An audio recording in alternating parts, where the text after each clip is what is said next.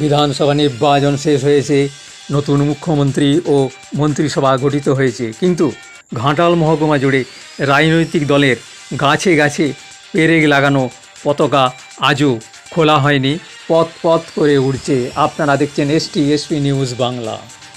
সূত্রের খবর, শহর ও গ্রামের সচেতন নাগরিকরা একটাই দাবি তুলেছেন, অবিলম্বে গাছ থেকে সমস্ত পেরেক ও পতাকা সরিয়ে নেওয়া হোক।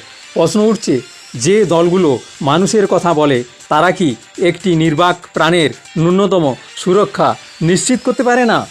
আজ কথা বলতে পারে না, তাই হয়তো তার প্রতিবাদ নেই।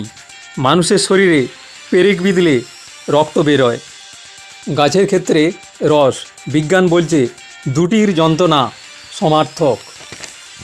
ভোট রাজনীতির ময়দানে নেতা মন্ত্রীদের সেই যন্ত্রণার কথা শোনার সময় নেই, কিন্তু প্রকৃতির এই নীরব রক্তক্ষরণ আগামীর জন্য কী বার্তা বহন করছে তা ভাববার সময় এসেছে। ঘাটাল থেকে এস প্রামাণিকের রিপোর্ট, এসপি নিউজ বাংলা। সবার খবর সবার আগে।